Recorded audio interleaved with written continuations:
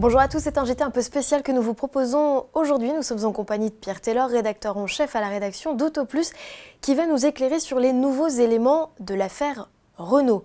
À l'instar de Volkswagen, Renault triche-t-il sur ses moteurs diesel? C'est ce que soupçonne depuis plusieurs mois la Direction générale de la répression des fraudes. Ce 15 mars, nos confrères d'RTL ont révélé des éléments de ce rapport. Alors Pierre, qu'apprend-on de nouveau ?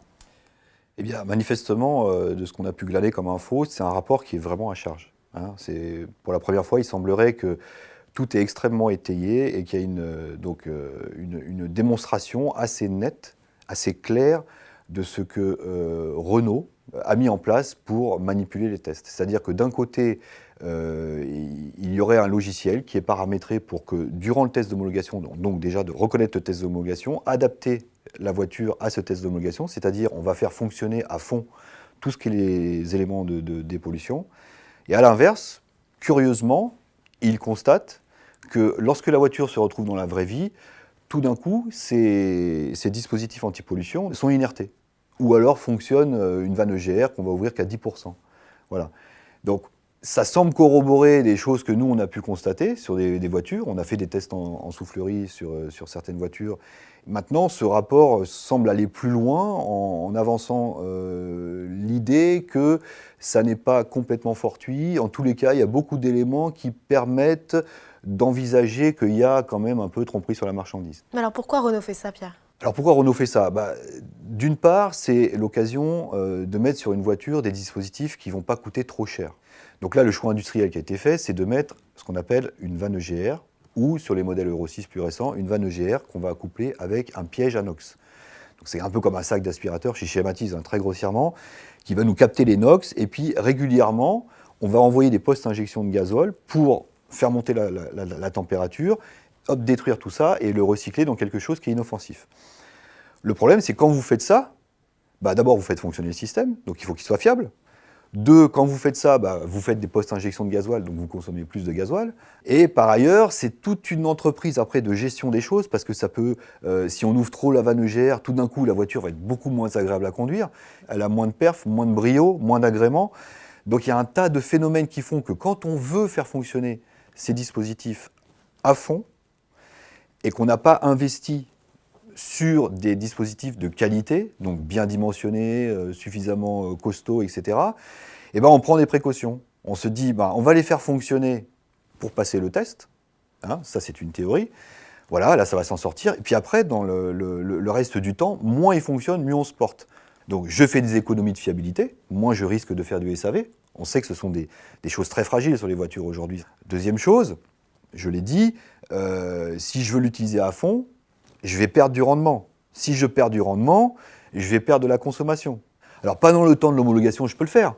Je peux dégrader le comportement de la voiture, aller sur un banc à rouleau. Il n'y a personne qui la conduit, on ne s'en aperçoit pas. Maintenant, dans la vraie vie, ma vanne EGR est ouverte régulièrement, etc. Je n'ai pas de puissance en accélération. Donc, qu'est-ce qu'on va dire? Les essayeurs d'AutoPlus vont dire, non, à la reprise, la voiture ne marche pas, machin, etc. Donc, ce qui est suggéré par ce rapport, de ce qu'on a compris là, c'est de dire, voilà, Renault est rentré dans une stratégie d'équipement, on va dire, à minima, en termes de tarifs, qui, de fait, passe la norme. Mais là, on semble se rapprocher un peu plus du fait que les voitures, dès qu'on les sort du cadre précis de cette homologation, elles se mettent à polluer énormément, quoi. Il y a un point sur lequel on peut peut-être insister, c'est que pour les normes d'homologation, on parle de CO2. Aujourd'hui, on met en lumière les NOx. C'est différent. Alors, les NOx, c'est une des composantes du cahier des charges de la norme. C'est l'affaire VV qui les a mis en lumière, puisque, on peut le rappeler brièvement, mais quand ils ont voulu aller vendre leur TDI aux États-Unis, la réglementation sur les NOx, les fameux oxydes d'azote, elle est 3 fois plus draconienne que chez nous en Europe. Pour passer une barrière aussi sévère, comment on fait?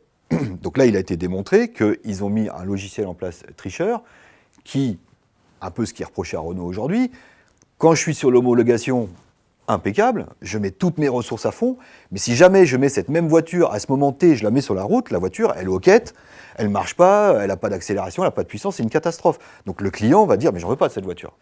Là, le CO2 en France, c'est un argument, c'est plutôt un argument qui est démodé aujourd'hui. C'était un truc il y a 4-5 ans. Et puis là, on est passé sur les NOx, donc à cause des fameux VVTDI. Les Renault en CO2, elles sont très bien. Elles sont même très bonnes, puisque dans notre labo, c'est une des marques, avec ce 1,5 litre DCI, qui remporte régulièrement tous les scores en consommation. Maintenant, au regard de la réglementation qui dit, les gars, vous devez avoir une voiture qui fait non seulement du rendement, mais qui en même temps est propre. Là, il y a un petit problème. Il y a des constructeurs qui y arrivent, hein. BMW, on les a déjà cités, ils sont très très bons, ils sont toujours très très bas sur les NOx. Est-ce qu'on peut dire, Pierre, que Renault pollue plus que les autres constructeurs ? Alors, Renault, de ce qui a été vu, alors, même hors contexte de ce fameux rapport là, du jour, il y a quand même eu l'an dernier, enfin on n'a quand même pas la mémoire trop courte, il y a eu 4, 5, 6 expériences qui ont été faites par des labos, divers labos en Europe, en Allemagne, etc., qui ont démontré que les voitures Renault et Nissan, qui emploient les mêmes DCI, sont systématiquement dans le cheptel de tête de ceux qui font parfois 8, 10, 11 fois le cahier des charges de réglementation. C'est-à-dire 11 fois plus que ce qui est réclamé. Ça, on l'a déjà dit beaucoup de fois. Après, il y a d'autres marques qui suivent. Hein. Il y a d'autres marques qui sont par contre beaucoup mieux placées. Donc ça prouve bien que des constructeurs y arrivent. Si on prend le concurrent français, il a tout autre système qui est très performant, qui n'impacte pas trop la consommation, mais ça a été du vrai développement et qui est propre. Les voitures, on n'arrive pas à les piéger. Les voitures, sur le banc à rouleau, elles sont bonnes. Dans la vraie vie, elles sont très bonnes. Elles ne sont pas parfaites, mais elles sont très bonnes. Mais voilà, ce qu'on peut dire aujourd'hui, c'est que si vous roulez avec une Renault, il est indéniable que vous ne faites pas partie des bons élèves sur ce qui est l'oxyde d'azote, qui reste quand même quelque chose de très irritant en ville. Sur le CO2 pour la planète, là, au sens plus large, les Renault sont très performantes, ça, faut pas le cacher. Et les particules, je dirais qu'aujourd'hui, on va les placer au même niveau que les autres, puisqu'on n'a pas, nous, eu vent de départiculage sauvage ou de choses comme ça. Je pense que là, le filtre à particules, c'est assez binaire, hein, ça fonctionne, ça stocke. Si je reprends mon image du sac d'aspirateur, il y a un moment, il ne peut plus absorber et on brûle. Donc là, on fait une post-injection de pareil de gasoil, on monte en température et on sort. Le rapport pointe spécialement du doigt deux véhicules, Clio 4, Captur équipé des 1,5 litre DCI, mais au global, on totalise près de 900 000 véhicules qui pourraient être impactés. Que va-t-il se passer pour moi, propriétaire de Renault, avec ces nouveaux éléments ? Alors, d'après ce qu'on a cru comprendre, il y aurait un total de 900 000 voitures incriminées. Donc 900 000 voitures qui auraient eu ce fameux moteur dont il semble qu'il ne soit pas tout à fait parfait sur sa gestion électronique de la dépollution. Donc après, qu'est-ce qui va se passer ? Faut rappeler déjà que c'est en instruction, là, hein, qu'il y a 3 juges d'instruction qui vont être mis sur l'affaire, que la police, la gendarmerie plus exactement, va s'emparer du dossier, va mettre des spécialistes, analyser le dossier à charge de la répression des fraudes, parce qu'il ne faut pas oublier que c'est un dossier à charge. Il va y avoir la défense de Renault. Renault va se défendre, ne va pas laisser les choses en l'état.